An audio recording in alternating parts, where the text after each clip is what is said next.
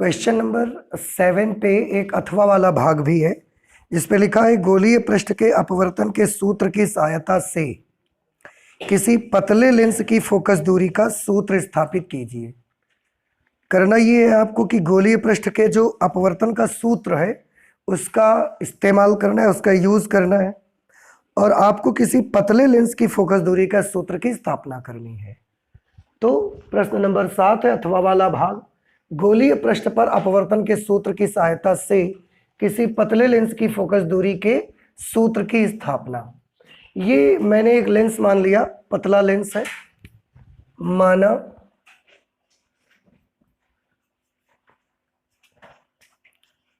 Lens की मोटाई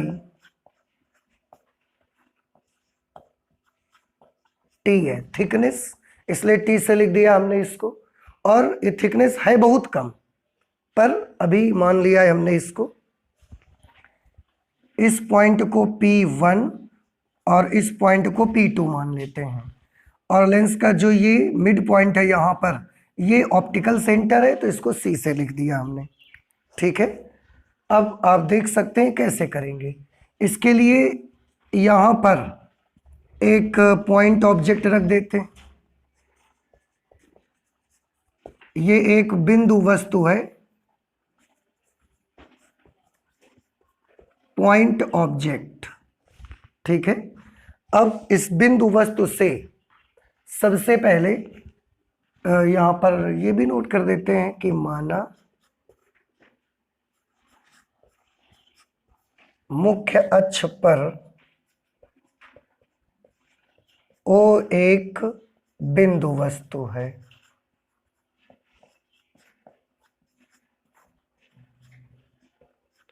माना मुख्य अक्ष O पर, माना मुख्य अक्ष पर O एक बिंदु वस्तु है। ठीक है, अब सबसे पहले यहां से एक प्रकाश किरण हम ऐसे भेजेंगे, ये आपतित प्रकाश किरण है। ठीक है, अब जब इस सरफेस पर पड़ेगी तो हम थोड़ी देर के लिए मान लेते हैं कि ये दूसरी सरफेस नहीं है। एक चीज और, इस दो सरफेसेस हैं, this is surface number 1 and this is surface number 2। ये जो दोनों पृष्ठ हैं, दोनों वक्राकार पृष्ठ हैं, तो इनकी अपनी कुछ ना कुछ रेडियस होगी, कुछ ना कुछ त्रिज्या होगी। तो यहां पर मान लेते हैं कि माना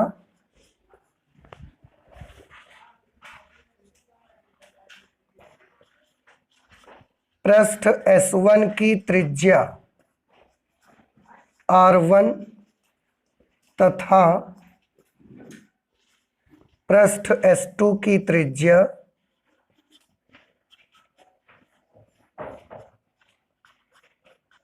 R2 है। ये हम मान लेते हैं कि इधर वाले सरफेस का रेडियस ऑफ कर्वेचर R1 है और इधर वाले सरफेस का रेडियस ऑफ कर्वेचर R2 है। अब यहां से एक प्रकाश किरण ऐसे गई वस्तु से और जाकर के पहली सरफेस पर टकराई। अब अगर ये दूसरी सरफेस ना होते, थोड़ा सा सोचिए कि अगर ये दूसरी सरफेस नहीं होती ऐसे और इधर पूरा ग्लास होता, तो ये सरफेस क्या करती, प्रकाश किरण को ऐसा मोड़ देती। और इस पर एक काम और कर सकते हैं आप, फिगर थोड़ा कॉम्प्लेक्स हो जाएगा, अदरवाइज दोनों पृष्ठों की आप वक्रता केंद्र बना सकते हैं। ठीक है, जैसे इधर वाले सरफेस का है तो इसका वक्रता केंद्र यहां कहीं पर बनेगा और ये C1। इधर वाली सरफेस का अगर आप पूरा ऐसे घुमाओगे तो इसका वक्रता केंद्र यहां पर कहीं पर बन जाएगा C2। इस पॉइंट पर अगर मुझे अभिलंब चाहिए तो आप सभी जानते हैं कि इस पॉइंट पर अगर अभिलंब चाहिए तो इस जो कर्वेचर है इसके सेंटर ऑफ कर्वेचर से इस पॉइंट को आप मिला दीजिए, ये ऐसा, ये नॉर्मल आ गया सरफेस नंबर 1 पे, ये अभिलंब मैंने बना दिया। ठीक है, अब प्रकाश किरण के जाने का रास्ता तो ये है, लेकिन क्योंकि विरल से सघन में जा रही है इस वजह से ये अभिलंब की ओर थोड़ा सा मुड़ जाएगी। ऐसे मुड़ जाएगी अभिलंब की ओर और यहां कहीं जा करके काटेगी। अगर ये सेकंड सरफेस नहीं होती तो वो यहां जाकर काटती। एक चीज और, लेंस के पदार्थ का अपवर्तनांक हम मान लेते हैं n2। एयर का, इधर एयर है, इसके अपवर्तनांक को n1 मान लिया और इधर भी एयर है इसलिए इसका भी अपवर्तनांक n1 ही रहेगा। आप देख सकते हैं कि लेंस के पदार्थ का अपवर्तनांक हमने कितना लिया है, n2। लेंस के इधर भी एयर है तो उसका भी n1 ले लिया और लेंस के उधर भी तो एयर है, तो अगर इधर एयर का n1 अपवर्तनांक है तो इधर एयर का अपवर्तनांक भी n1 ही होगा। ठीक, तो ये n2। अब थोड़ा ध्यान से देखिए बेटा, ये प्रकाश किरण गई तो आपतित किरण है, इस बिंदु पर टकराई। अगर ये सेकंड सरफेस ना होती तो ये एक उत्तल गोलीय पृष्ठ का काम करती और विरल से सघन में जाने की वजह से किरण को इसने ऐसा मोड़ दिया। ये प्रकाश किरण ऐसे चली जाती सीधे। अगर ये दूसरा सरफेस ना होता और यहां जाकर के एक इमेज बन जाती आई डैश, तो पहली सरफेस के लिए ओ वस्तु का काम करेगी और आई डैश जो होगा वो इमेज का काम करेगा। इन डिस्टेंसेस को मान लेते हैं, ये डिस्टेंस मान लिया हमने u, ये डिस्टेंस हमने मान लिया कुछ भी प्रतिबिंब है तो इसको मान लेते हैं v डैश। आई डैश बन रहा है तो v डैश डिस्टेंस इसकी मान ली हमने। यहां पर लिख देते हैं माना वायु का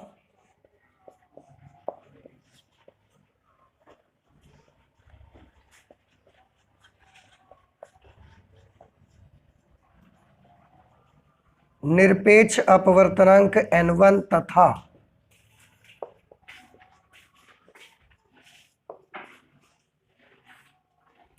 लेंस के पदार्थ का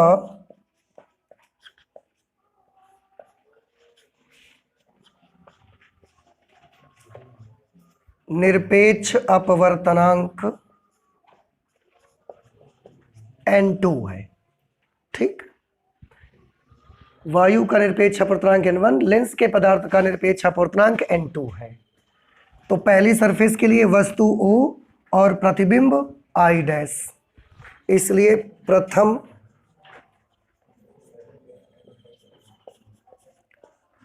पृष्ठ S1 के लिए अपवर्तन के सूत्र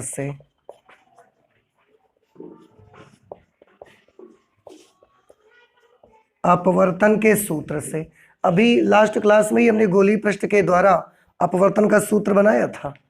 आपको याद होगा क्या फॉर्मूला बना था, n2 upon v minus n1 upon u is equal to n2 minus n1 upon r।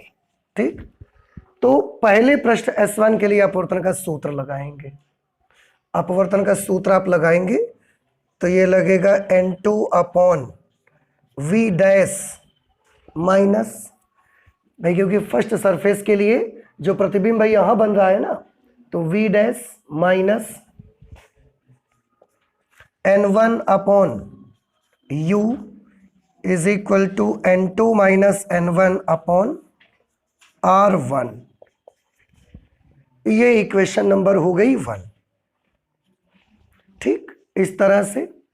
इसके बाद अब क्योंकि ये जो सेकंड सरफेस है भाई, हमने ये माना कि अगर सेकंड सरफेस ना होती तो ओ की इमेज आई डैश पर बनती, लेकिन क्या सेकंड सरफेस वाकई में नहीं है? तो आंसर है ऐसा तो नहीं है, सेकंड सरफेस तो वाकई में है। अगर ये रियल में सेकंड सरफेस है तो क्या इसकी इमेज आई डैश पर बन पाएगी? Answer is no. कहाँ बनेगी? तो इसकी इमेज ये सेकंड सरफेस भी रे को थोड़ा सा मोड़ देगा। अगर सेकंड सरफेस भी मोड़ेगा तो जो किरण ऐसे जाना चाहती थी सीधे आई डैश को निशाना कर रही थी, सीधे आई डैश को टारगेट कर रही थी जो किरण, वो किरण अब आई डैश पर नहीं जा पाएगी, बल्कि ये सेकंड सरफेस भी इसको थोड़ा सा मोड़ देगी। अगर इसका मोड़ना देखना है कि किधर की तरफ मोड़ेगी, then you have to draw a perpendicular at this point. इस बिंदु पर भी आपको एक अभिलंब खींचना पड़ेगा, उस समय आपको दिख जाएगा किधर की तरफ मुड़ेगी। तो इस बिंदु पर हम अभिलंब कैसे बनाएं? आंसर है इस सरफेस का जो सेंटर ऑफ कर्वेचर है C2, वहां से इस पॉइंट को मिला दीजिए ऐसे। तो ये क्या हुआ, ये जो लाइन आप देख रहे हैं, ये लाइन सेकंड सरफेस के इस पॉइंट पर काहे का काम करेगी? अभिलंब का काम करेगी। ठीक है, तो ये अभिलंब N2 आ गया।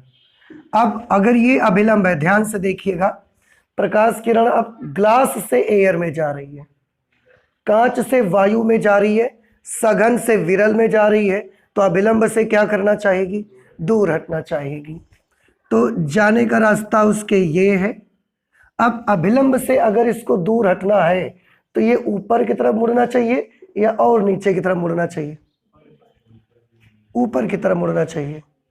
देखो फिर से, ये अभिलंब है, ध्यान से देखिए, ये क्या लाइन है? अभिलंब। ये लाइन के, ये किरण के जाने का रास्ता है। तो ये तो सघन से विरल में जा रही है, तो अभिलंब से इसको क्या होना है? दूर हटना है। तो इसे और ऊपर की तरफ मुड़ना पड़ेगा या नीचे की तरफ? नीचे की तरफ मुड़ना पड़ेगा। तो ये लाइट रे ऐसे यहां पर आ जाएगी और फाइनल इमेज यहां पर बनेगी। तो फाइनल इमेज बनाया किसने? सेकेंड सरफेस ने। ठीक है, और ये फाइनल इमेज है। तो सेकेंड सरफेस से फाइनल इमेज का डिस्टेंस कितना रहेगा? सेकेंड सरफेस से जो इमेज का डिस्टेंस होगा, इसको हम मान लेते हैं v। इसको क्या मान लेते हैं? v। ठीक है, अच्छा, और सेकेंड सरफेस के लिए वस्तु का काम कौन करेगा? सेकेंड सरफेस के लिए वस्तु का काम करेगा I डैश। क्यों? क्योंकि ध्यान से सुनिएगा, सेकेंड सरफेस पर जो किरण टकराई है वो कहाँ जा रही थी? I डैश की ओर जा रही थी। अगर सेकेंड सरफेस ना होती तो ये I डैश पर इमेज बनती, लेकिन सेकेंड सरफेस ने इस I डैश पर बनने वाली इमेज को I पर बना दिया है। तो अब आप सोचें, I डैश पर बनने वाली जो इमेज है उसको I पर बना दिया उसने, इसका मतलब है I डैश को लेकर कहाँ आ गया? I पर। जाहिर सी बात है कि उसके लिए I डैश वस्तु का काम करेगी और I प्रतिबिंब का काम करेगा। तो वस्तु कौन है? I डैश, और प्रतिबिंब कौन होगा? I।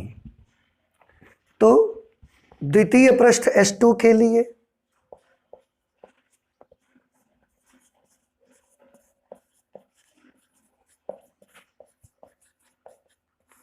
द्वितीय पृष्ठ S2 के लिए अपवर्तन के सूत्र से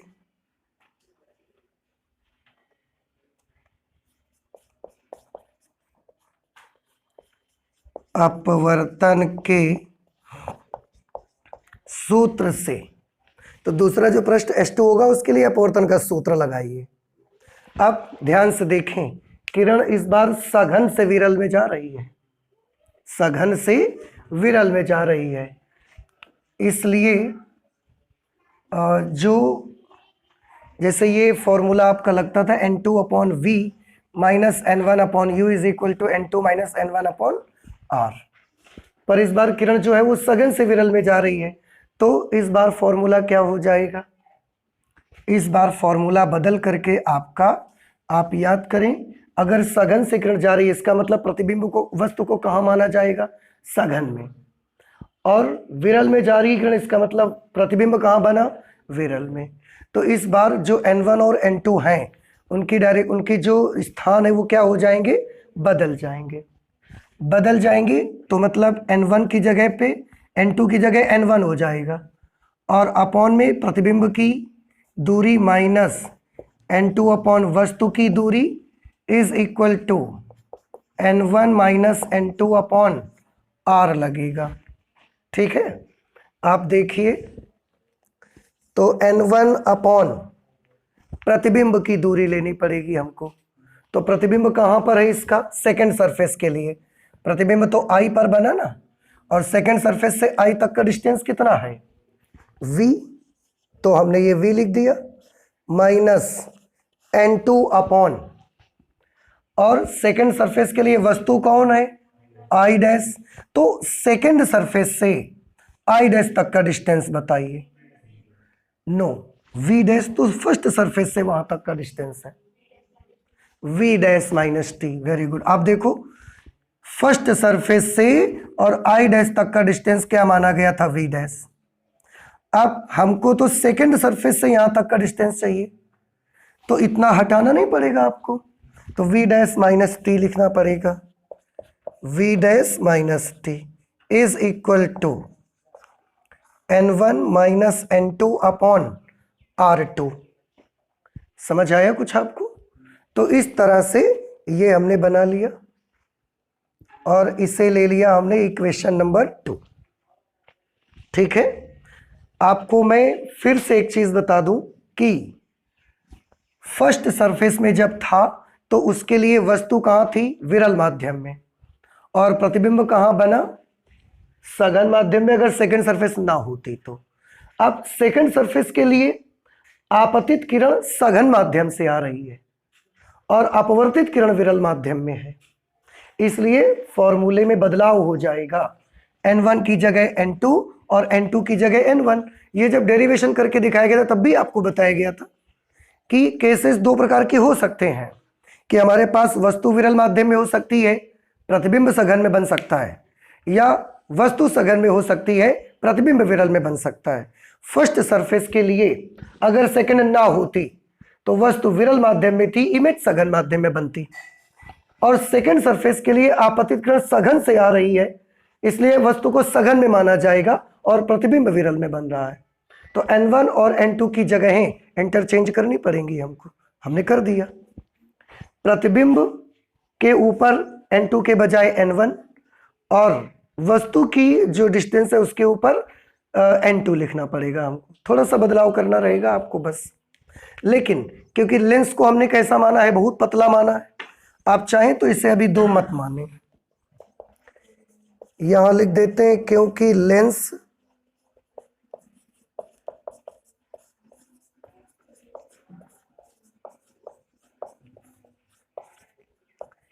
लेंस बहुत पतला है, इसलिए टी को नगण्य मानकर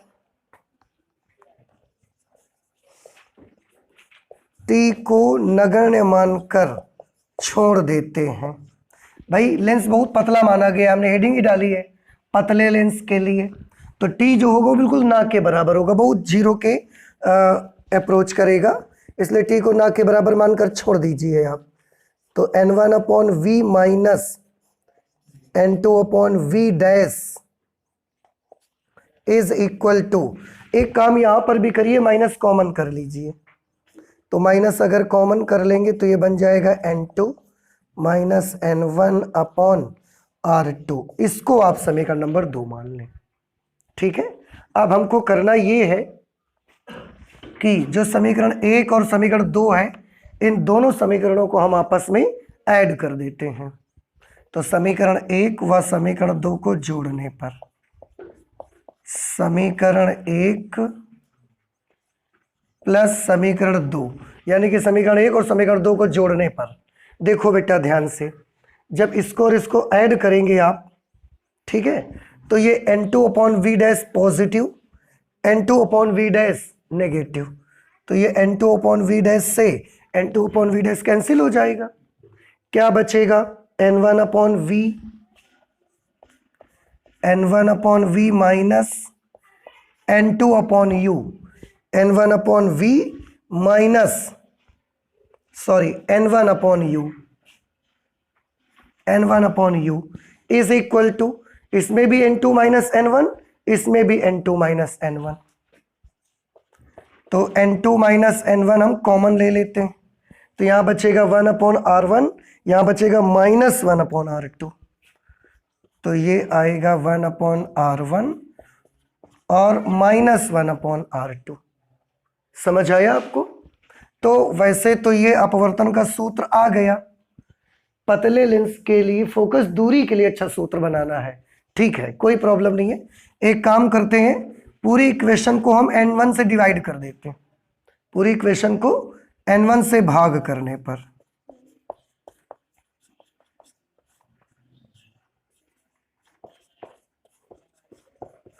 n1 से भाग कर दीजिए, तो यहां आ जाएगा 1/v माइनस 1/u। n1 से बेटा जब यहां डिवाइड करेंगे तो n2/n1 minus 1 into 1/r1 minus 1/r2। ठीक है, तो इस तरह से ये वैल्यू बन गई। अब इसको अगर आप ध्यान से देखें,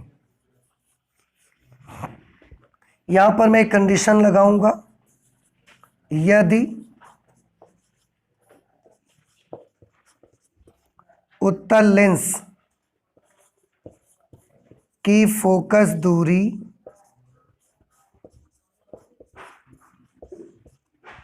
यदि उत्तल लेंस की फोकस दूरी f है तथा यह मतलब उत्तल लेंस, यदि उत्तल लेंस की फोकस दूरी f है तथा यह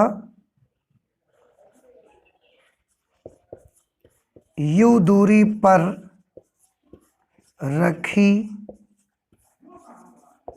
वस्तु का प्रतिबिंब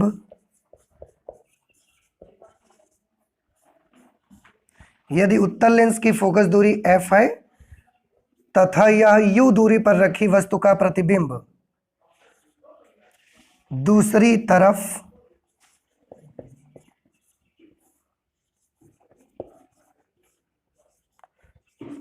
दूसरी ओर v दूरी पर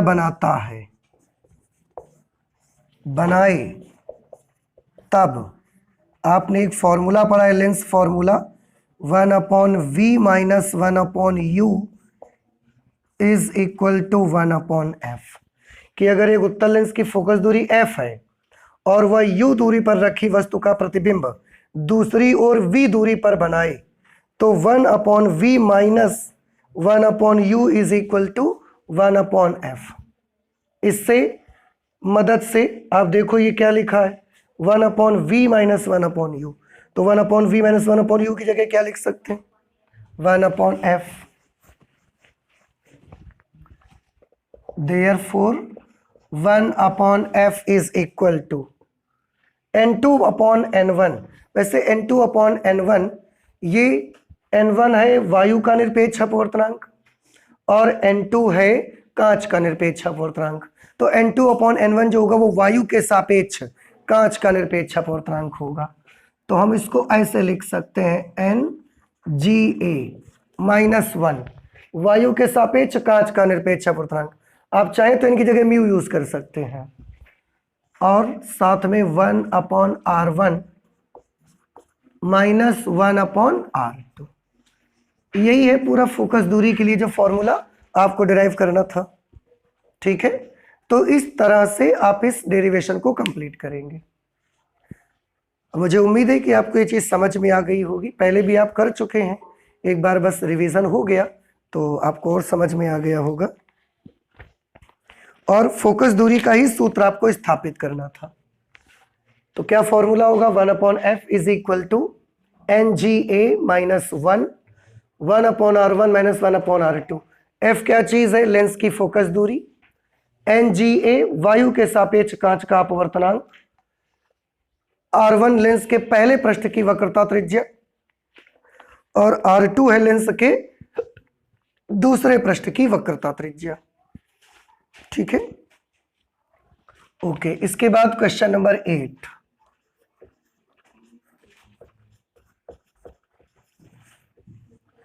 प्रश्न नंबर 8,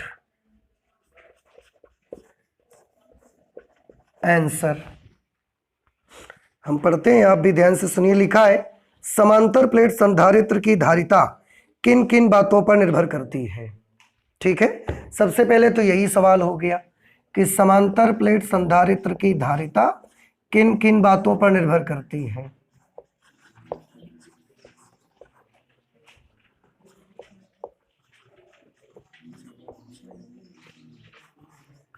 समांतर प्लेट संधारित्र की धारिता की निर्भरता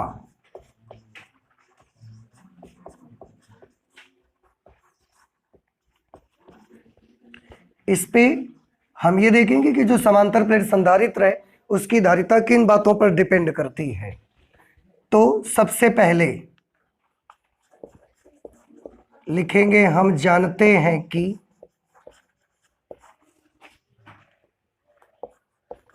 समांतर प्लेट संधारित्र की धारिता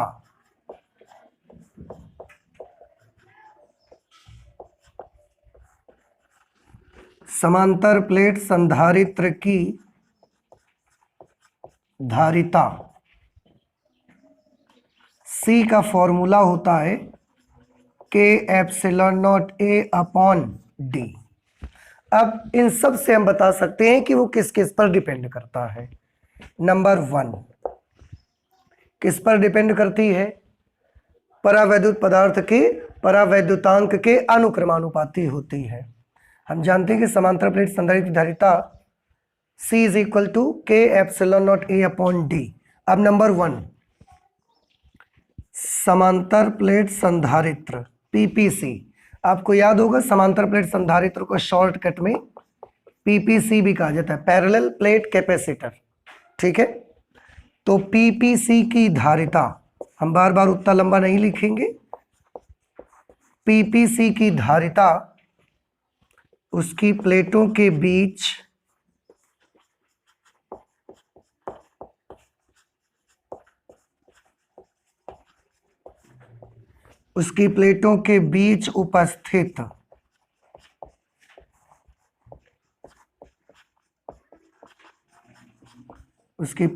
बीच उपस्थित परावैद्युत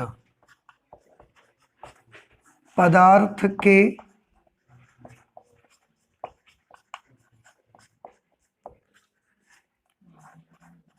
परावैद्युतांक के पर निर्भर करती है। ठीक, और अगर ये देख रहे हैं कि कैसे निर्भर करती है, so C is directly proportional to K। वैसे बस ये पूछा है किन किन बातों पर निर्भर करती है, ये नहीं पूछा कि किस प्रकार निर्भर करती है। ठीक है, सेकेंड नंबर, एप्सिलॉन नॉट तो कांस्टेंट है, एरिया ऑफ प्लेट्स, समांतर प्लेट संधारित्र की धारिता उसकी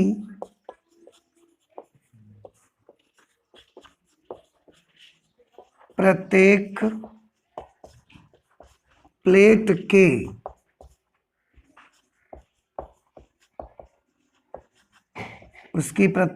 के क्षेत्रफल पर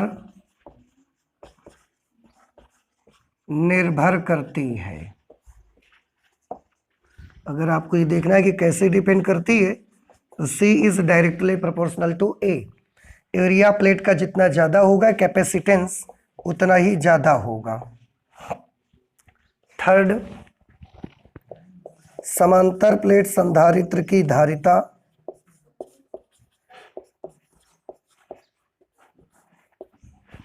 उसकी दोनों प्लेटों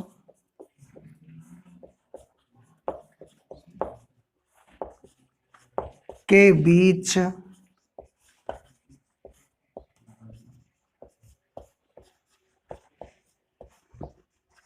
की दूरी पर, दोनों प्लेटों के बीच की दूरी यानी कि D, और क्षेत्रफल के बगल में आप A लिख सकते हैं, दूरी D पर निर्भर करती है। ठीक है, अगर आप ये जानना चाहते हैं किस तरह से डिपेंड करती है, so C is inversely proportional to D, means प्लेटों के बीच का डिस्टेंस जितना बढ़ाएंगे कैपेसिटेंस की वैल्यू उतनी कम होते जाएगी। ठीक, तो ये इन बातों पर डिपेंड करती है पहले तो। दूसरा, उसी के साथ एक क्वेश्चन और लगा है, एक समांतर प्लेट वायु संधारित्र की धारिता 3 माइक्रोफैरड है। ये एक न्यूमेरिकल इसके साथ जुड़ा हुआ है, तो सबसे पहले मैं यहाँ पर लिख देता हूँ आंकिक भाग।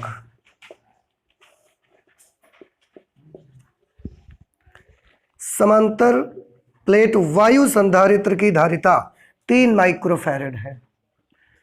आपको याद है समांतर प्लेट वायु संधारित्र की धारिता को किससे प्रदर्शित करेंगे? इसको हम प्रदर्शित कर सकते हैं, ये चीज हमको दी गई है, दिया है समांतर प्लेट वायु संधारित्र की धारिता CA, capacitance of parallel plate capacitor in air, इसकी धारिता दी गई है 3 माइक्रोफैरड। ठीक है, वैसे चलिए ठीक है, अभी इसको इतना ही लिख देते। के परावैद्युतांक तथा 3D/4 मोटाई की प्लेट को, परावैद्युत पदार्थ का परावैद्युतांक कितना दिया गया है? के, और 3D/4 मोटाई की प्लेट को जब संधारित्र की प्लेटों के बीच रखते हैं, आपको याद है कि संधारित्र की प्लेटों के बीच जो परावैद्युत पदार्थ रखते थे उसकी मोटाई को किससे प्रदर्शित किया गया था? T से। और T कितना है आज? 3D/4। संधारित्र की प्लेटों के बीच रखते हैं तब संधारित्र की धारिता 6 माइक्रोफैरड हो जाती है। उस समय संधारित्र की धारिता 6 माइक्रोफैरड है। देखो C के साथ A लगा हो तो समझ जाना वायु संधारित्र की धारिता, C के साथ कुछ ना लगा हो तो समझ जाना कि इसकी प्लेटों के बीच जब परावैद्युत पदार्थ भर दिया गया है तब की धारिता, तब संधारित्र की धारिता 6 माइक्रोफैरड हो जाती है। K का मान ज्ञात करिए, ज्ञात करना है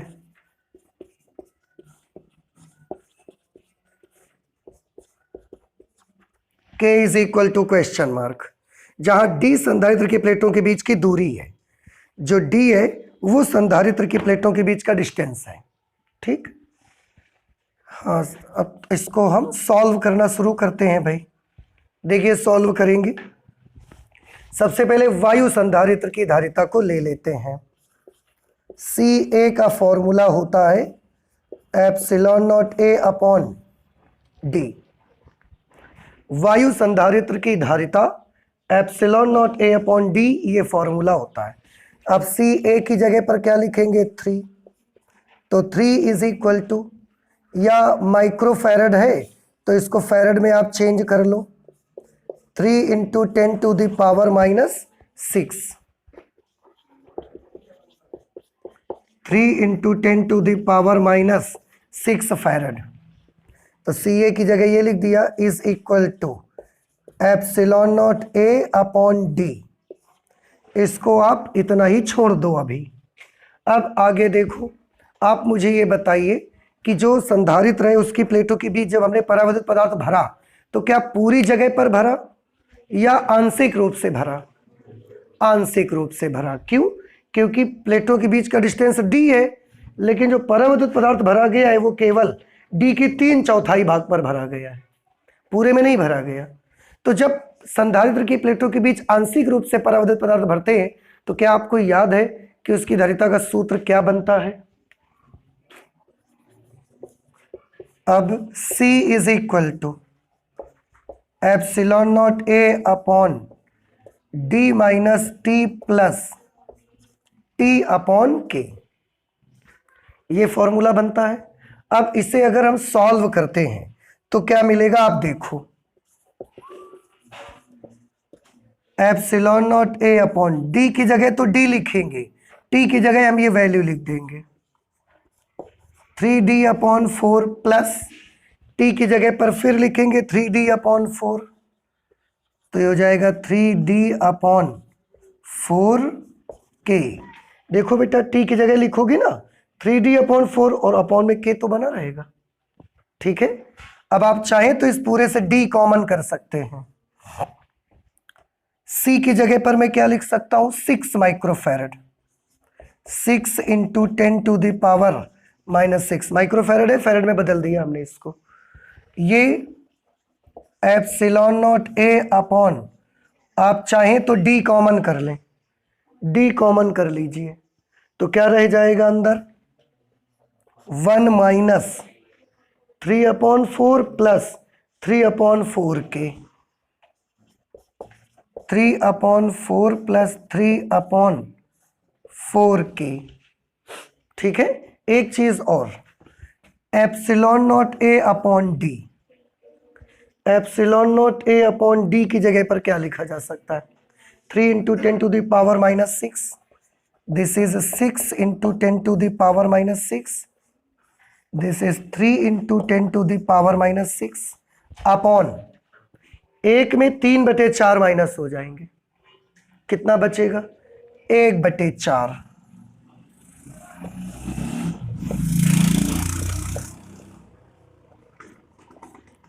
ऐसे आ जाएगा, 1/4 यहां बचेगा और 3/4 के ये बचेगा। इधर 10⁻⁻6 से 10⁻⁻6 cancel, 3 1s are 3, 3 2s are 6।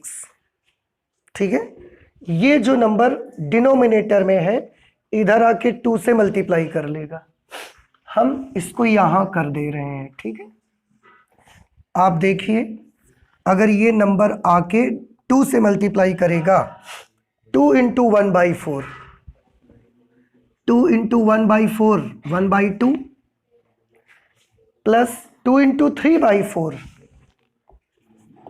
3/2 के इज इक्वल टू 1। उस साइड में तो 1 ही बचेगा ना, ये 1/2 उधर भेज दो, माइनस हो जाएगा, तो 3/2 के 1 में से 1/2 माइनस हो जाएगा, 1/2 बचेगा, 2 से 2 कैंसल हो गया, k is equal to 1/3, 3k is equal to 1, तो k इज इक्वल टू 1/3। कुछ गड़बड़ हो गई, ये जो k है ये अपॉन में है ना, अपॉन में है k, ऐसे, तो 2 से 2 कैंसल होने के बाद k इधर जाएगा तो k इज इक्वल टू 3 आ जाएगा, ऐसे होगा। वो हमने धोखे से लिख दिया जबकि k डिनोमिनेटर में था। इस तरह से जो इस क्वेश्चन में परावैद्युत पदार्थ रखा गया है उसका जो परावैद्युतांक k है उसकी वैल्यू 3 के बराबर है। तो ये पहला पार्ट और ये उसका न्यूमेरिकल पार्ट आपके सामने है, आप नोट कर लीजिए। इसके बाद हम इसका अथवा वाला पार्ट भी करते हैं। ठीक है, नोट कर लीजिए। क्वेश्चन नंबर 8 में अथवा वाला पार्ट भी है, लिखा है कूलॉम का विद्युत बल का नियम क्या होगा। सबसे पहले इसी को हम लोग करेंगे। क्वेश्चन नंबर 8, कूलॉम का विद्युत बल का नियम सभी लोग जानते हैं। क्या नियम होता है कि किन्हीं दो स्थिर बिंदु आवेशों के बीच लगने वाले वैद्युत आकर्षण अथवा प्रतिकर्षण बल का मान दोनों आवेशों के परिमाणों के गुणनफल के अनुक्रमानुपाती तथा उनके बीच की दूरी के वर्ग के विलोमानुपाती होता है। ठीक है, तो बस यही नोट करना है।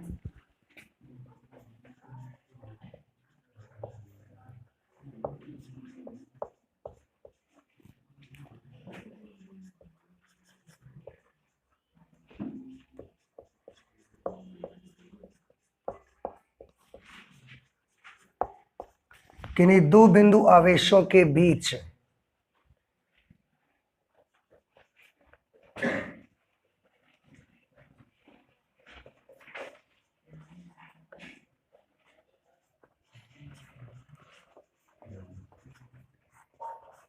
किन्हीं दो बिंदु आवेशों के बीच आरोपित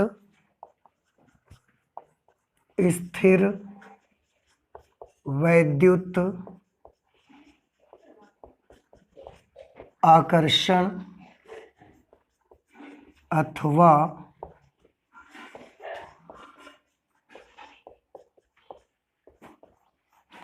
प्रतिकर्षण बल का मान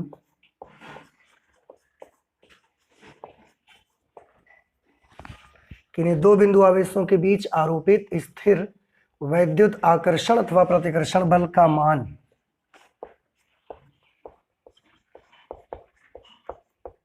उन दोनों आवेशों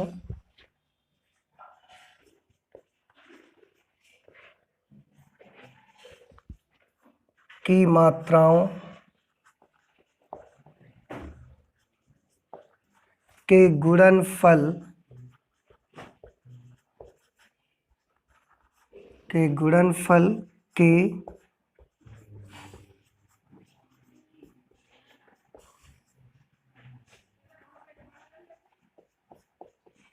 अनुक्रमानुपाती तथा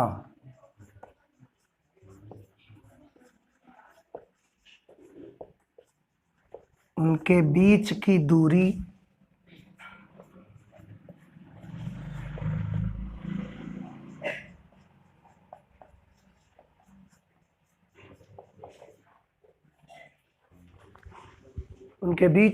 के व्युत्क्रमानुपाती होता है।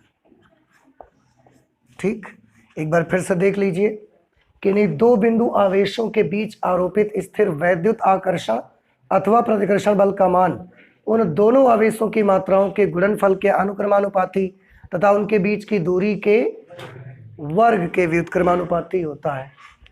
उनके बीच की दूरी के वर्ग के व्युत्क्रमानुपाती होता है। ठीक है, यहां पर मान लिया कि एक आवेश है Q1 और दूसरा आवेश है Q2, दोनों के बीच का डिस्टेंस मान लेते हैं R। तो इन दोनों आवेशों के बीच लगने वाला बल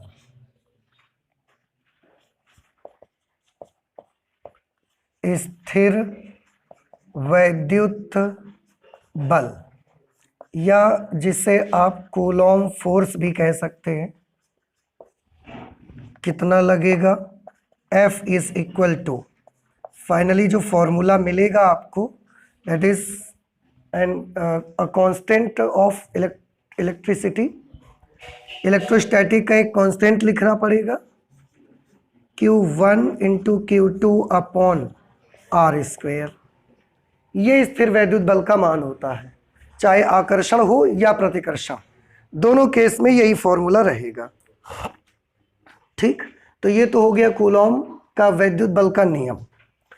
इसके बाद इसमें एक और छोटी सी चीज है कि तीन बिंदु आवेश प्लस Q माइनस 4Q तथा प्लस 2Q एक L भुजा वाले समबाहु त्रिभुज के शीर्षों पर स्थित हैं। एक फिगर बना लेते हैं, एक न्यूमेरिकल पार्ट भी लगा है इस पे।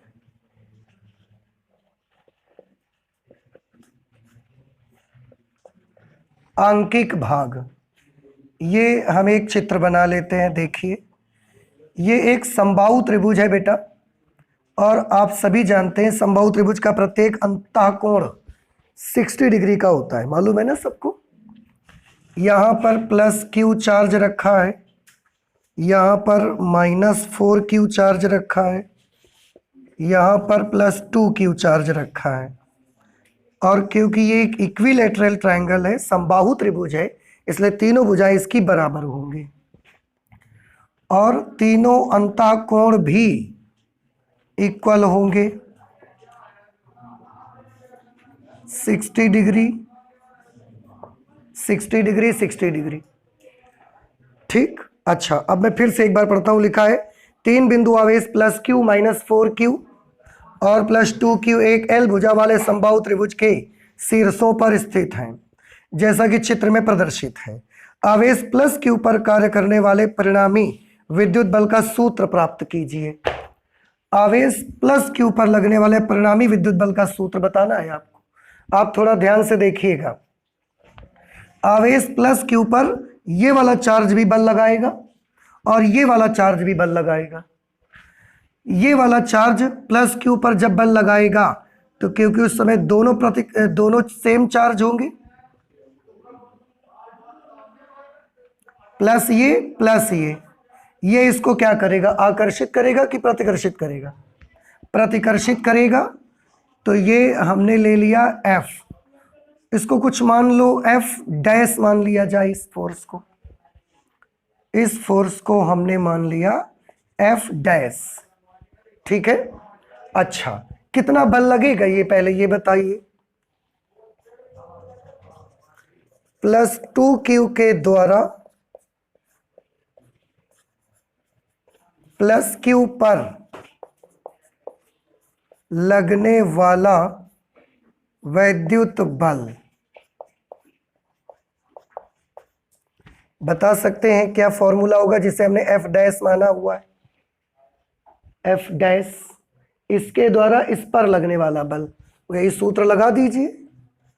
तो 1/4πε0 Q1 into Q2, Q1 2Q, Q2 Q,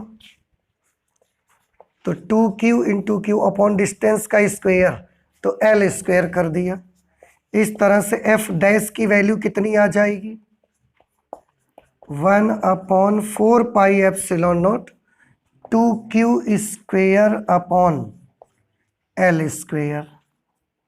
ठीक, डायरेक्शन चित्र के अनुसार आप देख सकते हैं। अब ये वाला चार्ज भी तो इस चार्ज को फोर्स लगाएगा। ये नेगेटिव चार्ज है, ये पॉजिटिव चार्ज है। ये नेगेटिव पॉजिटिव को अपनी ओर अट्रैक्ट करेगा, तो ये जो बल लगाएगा वो इस दिशा में लगाएगा। इस बल को हम मान लेते हैं एफ डबल डैश। ठीक है, तो लिख देंगे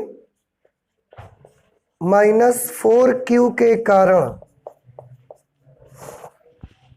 -4Q के द्वारा चाहो तो लिख दो आप,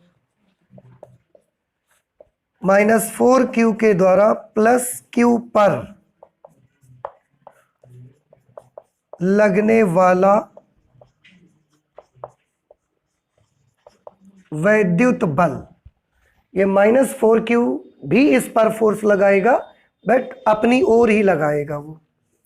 इस बल को हमने एफ डबल डैश ले लिया और वो है 1/4πε0 और Q1 इंटू Q2, तो Q1 इंटू Q2 होगा Q1 4Q, Q2 की जगह Q अपॉन डिस्टेंस का स्क्वायर, दोनों के बीच का डिस्टेंस L है, स्क्वायर कर लिया। इसको जब आप सॉल्व करेंगे तो ये वैल्यू आपको मिलेगी 1/4πε0 4Q square upon L square. ठीक है, ये वाला बल है। अब देखो, इस चार्ज पर दो फोर्सेस एप्लीकेबल हैं, एक एफ डैश और एक ये एफ डबल डैश। अब इन दोनों का परिणामी हमको चाहिए, तो इन दोनों का परिणामी आप कैसे निकालोगे? देखो ध्यान से, इनके बीच का ये एंगल कितना होगा बता सकते हैं? एफ डैश और एफ डबल डैश के बीच का एंगल बताइए। 120 डिग्री, बिल्कुल सही। क्यों? क्योंकि पूरा अगर ये लाइन का ऐसे मिलाते हैं हम तो 180 डिग्री आता पूरा, उसमें से 60 निकाल दो तो ये कितना बचेगा? 120 डिग्री। तो एफ डैश और एफ डबल डैश के बीच का कोण कितना है? 120, और इन दोनों का परिणामी मुझे चाहिए। तो अब हम यहां पर सॉल्व करते हैं। एफ डैश व एफ डबल डैश का परिणामी, आप थोड़ा सा याद करो, इसे हम एफ नेट मान लेते हैं। नेट बल, क्यू पर लगने वाला नेट बल।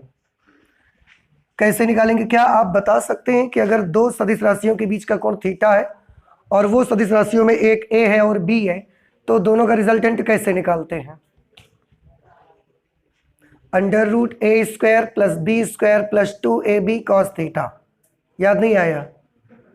क्लास 11th में वेक्टर एनालिसिस में पढ़ा गया ये, कि अगर दो राशियां a हैं और b हैं और उनके बीच का एंगल थीटा है, तो उनका परिणामी कैसे निकालते हैं? √a² + b² + 2ab cos theta. याद आया कुछ आपको? बस वही फॉर्मूला लगा दो, तो √f dash square f double dash square plus 2f dash into f double dash into cos 120, क्योंकि f डैश और f डबल डैश दोनों के बीच का एंगल 120 डिग्री है।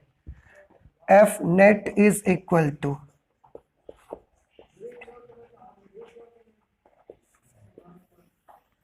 f डैश का स्क्वायर करिए, ये f डैश का स्क्वायर करिए, तो 1/4πε0 whole square, 1/4πε0 whole square 2q square upon l square का स्क्वायर करो, तो 4q⁴ upon L to the power 4 plus F double dash का स्क्वायर करिए, एफ डबल डैश का स्क्वायर करेंगे तो 1/4 pi epsilon not whole square, 4 Q square upon L square का square करेंगे 16 Q to the power 4 upon L to the power 4।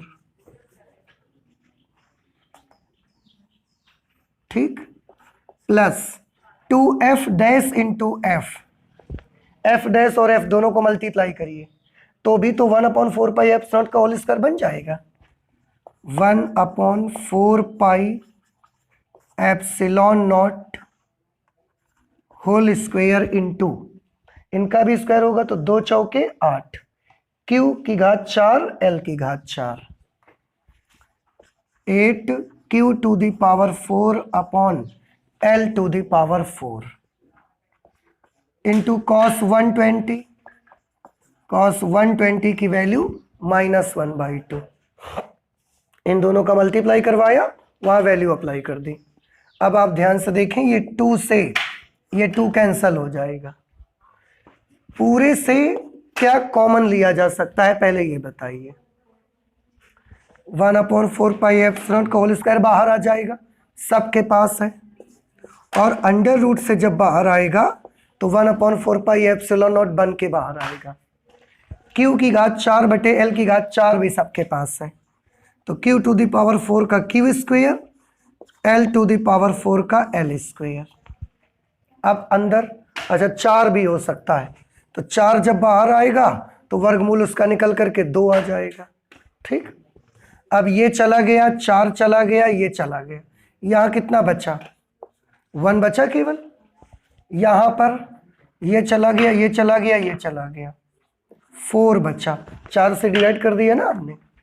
अब ये हट गया, ये भी चला गया, लेकिन माइनस आ जाएगा, ये माइनस इस प्लस को माइनस कर देगा, और यहाँ क्या बचेगा? 2 बचेगा। नहीं समझ आया? अब ये क्या वैल्यू मिली आपको? Net force is equal to 1/4 pi epsilon nought, 4 1 5, 5 में 2 चले गए, 3 अंडर रूट 3। ये नेट, ओ सॉरी, और उसके साथ ये तो हमने छोड़ ही दिया, 1/4 pi epsilon nought 2 Q square upon L square into under root 3। बस ये आंसर आ जाएगा आपका। ठीक है,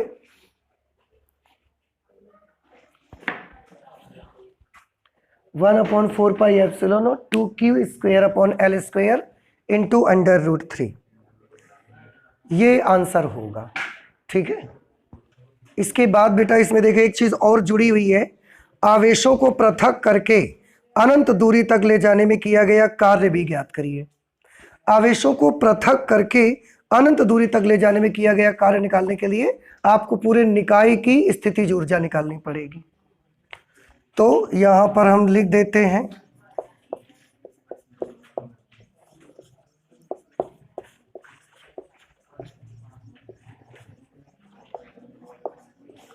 आवेशों को पृथक करके अनंत दूरी तक, आवेशों को पृथक करके अनंत दूरी तक ले जाने में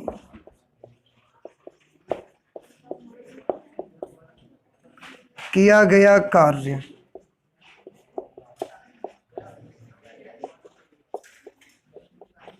इसके लिए आपको निकाय की स्थितिज ऊर्जा निकालनी पड़ेगी।